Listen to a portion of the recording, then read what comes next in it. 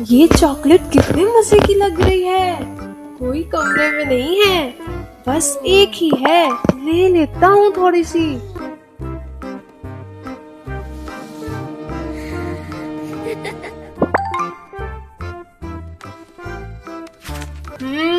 बहुत मजे की थी।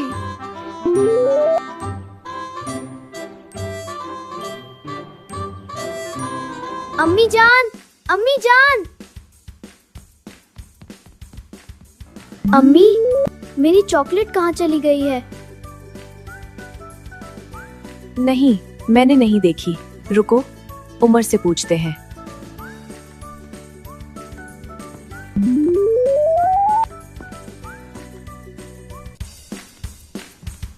उमर बेटा, आपने भाई की चॉकलेट देखी है?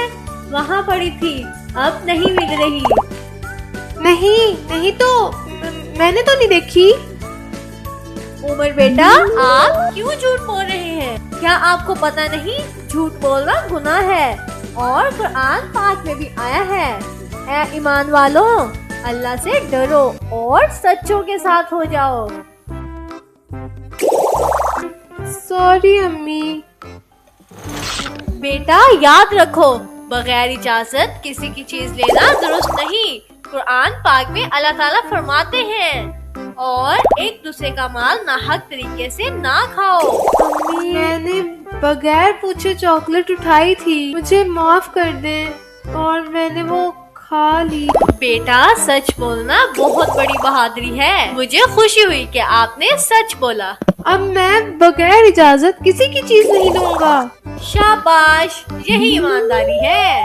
मुझे फख्र है कि मेरा बेटा ईमानदार और सच्चा है। तो बेटा, आज हमने क्या सीखा? बगैर इजाजत किसी का माल लेना गलत है। कुरान हमें नाहक माल खाने से रोकता है। ईमानदारी सबसे बड़ी खूबी है। सच बोलने वाला हमेशा कामयाब होता है।